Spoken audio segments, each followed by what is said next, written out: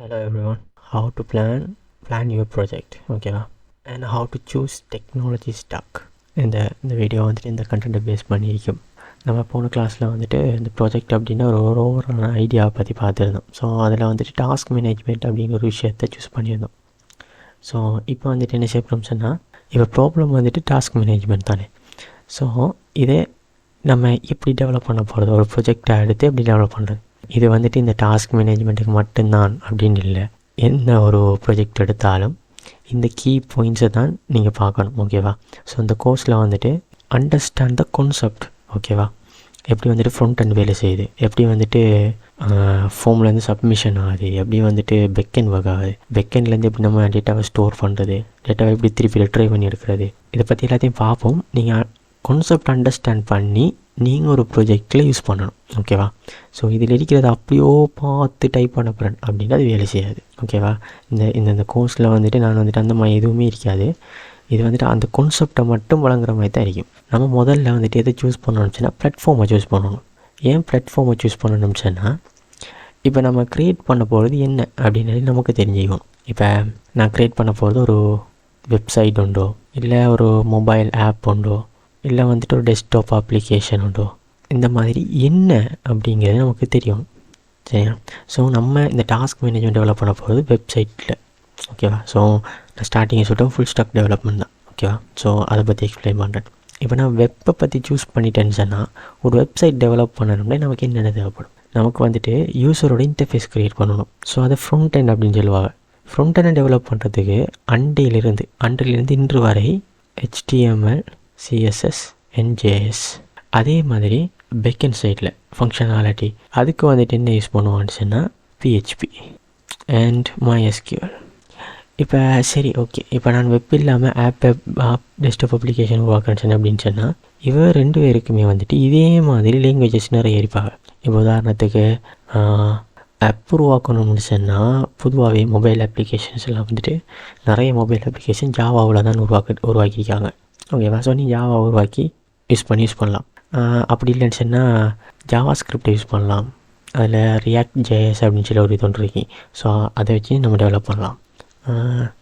இந்த மாதிரி நிறைய இருக்குது. ஸோ டெஸ்க்டாப் அப்ளிகேஷன்ஸ்னாலும் அதுக்கும் வந்துட்டு பைத்தான், அதுக்கப்புறம் ஜாவா இருக்கு, C இருக்கு, C++, இப்படி நிறைய இருக்குது. உங்களுடைய பிளாட்ஃபார்ம் என்னன்னு சொல்லி முதல்ல சூஸ் பண்ணணும். சூஸ் பண்ணிவிட்டு அதுக்கு என்ன தேவை, என்ன லாங்குவேஜ் தேவைன்னு நீங்கள் பார்க்கணும். நம்ம இப்போ சூஸ் பண்ண போகிறது வந்துட்டு வெப் டெக்னாலஜி தானே.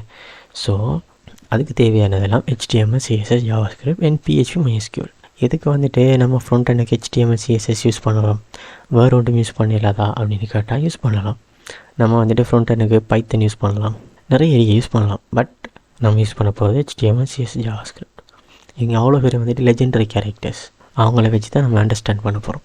ஃப்யூச்சரில் பைத்தன் அதெல்லாம் யூஸ் பண்ணி பார்க்கலாம். அடுத்தது பேக்கெண்ட் சைட்னு சொல்லி வரக்குலையும் எக்கச்சக்கமான ப்ரோக்ராமிங் லாங்குவேஜ் சப்போர்ட் இருக்கு. உதாரணத்துக்கு அதே சொன்ன மாதிரி பைத்தன் இருக்கார், அடுத்த பிறகு Node.js சொல்லி ஒரு ஆள் இருக்கார். இவெல்லாம் பேக்கெண்டுக்கு சப்போர்ட் பண்ணக்கூடிய ஆக்கள் தான். MySQL, SQLite 3, இந்த மாதிரி நிறைய இருக்கு. ஸோ நம்ம எடுத்திக்க PHP, MySQL. இப்போ நம்ம பிளாட்ஃபார்மை சூஸ் பண்ணிட்டோம். ரெண்டாவது, பிளாட்ஃபார்மை டெவலப் பண்ணுறதுக்கு தேவையான லாங்குவேஜ் சூஸ் பண்ணிட்டோம். இப்போ அடுத்தது என்ன அப்படின்னு சொன்னால், இதை சொல்லுவா ஸ்ட்ரக்சர் அப்படின்பா, நம்மளுடைய ஃபைல் ஸ்ட்ரக்சர்.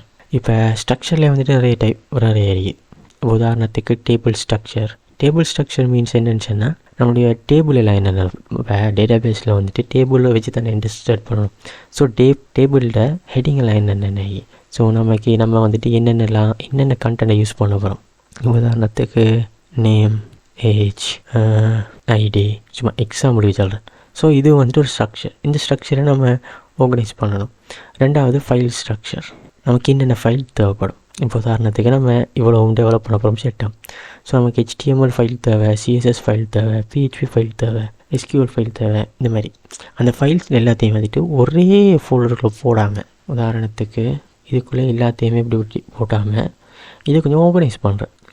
HTML ஃபைல்னு ஒரு ஃபோல்டருக்குள்ளே HTML ஃபைல்ஸ், CSS அப்படிங்கிற ஒரு ஃபோல்டருக்குள்ளே CSS ஃபைல்ஸ், இந்த மாதிரி கொஞ்சம் ஆர்கனைஸ் பண்ணுறது.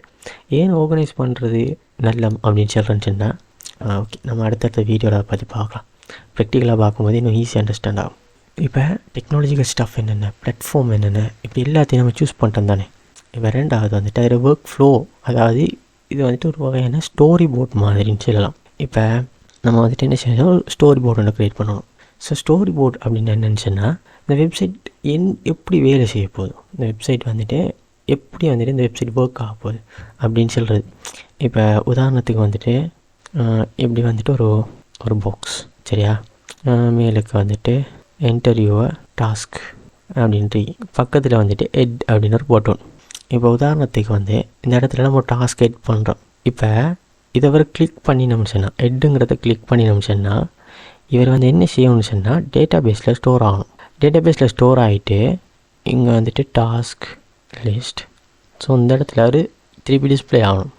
ஓகேவா, இந்த இடத்த ஸ்டோர் ஆகணும், இந்த இடத்த டிஸ்பிளே ஆகணும். இந்த மாதிரி ஒரு நம்மளோட ஃபுல் வெப்சைட்டுக்கான ஒரு ஸ்டோரி போர்ட், சும்மா சிம்பிளாக நம்ம அதில் அந்தளவுக்கு டீட்டெயில்டு அதில் மென்ஷன் பண்ண அவசியம் இல்லை. எதுக்காக அந்த ஸ்டோரி போட்டுச்சுன்னா நம்மளுடைய அண்டர்ஸ்டாண்டிங்காக.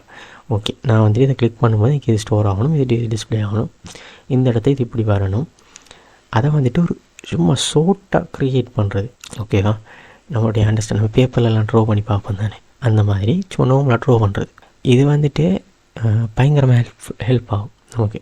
ஓகேவா, ஸோ இந்த வீடியோவில் வந்துட்டு ஃபுல் அண்ட் ஃபுல் வந்துட்டு அப்படின்னு சொன்னால் பிளானிங் யுவர் ப்ராஜெக்ட், எப்படி வந்துட்டு ஒரு ப்ராஜெக்டை பிளான் பண்ணுறது, எப்படி வந்துட்டு பிளான் பண்ணதை எக்ஸிக்யூட் பண்ணுறது, இந்த மாதிரி விஷயங்களை பற்றி தான் பார்த்தோம். ஸோ நெக்ஸ்ட் வீடியோவிலேருந்து நம்ம ஃபுல் அண்ட் ஃபுல் கோடுக்குள்ளே போக போகிறோம், அண்ட் கம்ப்ளீட்டான ப்ராக்டிக்கல் அடுத்ததுலேருந்து. ஸோ இந்த ஃபஸ்ட் கிளாஸில் ப்ரொஜெக்ட்னா என்ன, இதில் வந்துட்டு எப்படி ப்ரொஜெக்ட்டுக்கு பிளான் பண்ணுறது, அப்போ இதை ரெண்டுத்தை பற்றியும் சொல்லியிருந்தேன். ஸோ ஐ ஹோப் இது உங்களுக்கு அண்டர்ஸ்டாண்ட் ஆகிருக்கும். இதை வந்துட்டு நம்ம எப்படி சொல்கிறதுன்றா, இதெல்லாம் வந்துட்டு நெசசரியான ஒரு சில விஷயங்கள், இது நம்ம கட்டாயம் நம்ம இதெல்லாம் பண்ணணும். அந்த மாதிரி ஏன் அப்படின்னு சொன்னால், அப்படி பண்ணும்போது தான் நம்ம ஒரு பிளான் இல்லாமல் ஏதாவது ஒரு விஷயத்த பண்ண முடிச்சுன்னா கண்டிப்பாக சொதப்போம். ஸோ பிளானை பண்ணி பண்ணணும், வடிவச்சிடுற மாதிரி எதை பண்ணுறதா இருந்தாலும் பிளான் பண்ணி பண்ணணும். எந்த ஒரு விஷயத்தையும் பிளான் பண்ணாமல் பண்ணால் இப்படித்தான், பிளான் பண்ணி பண்ணணும். ஓகே.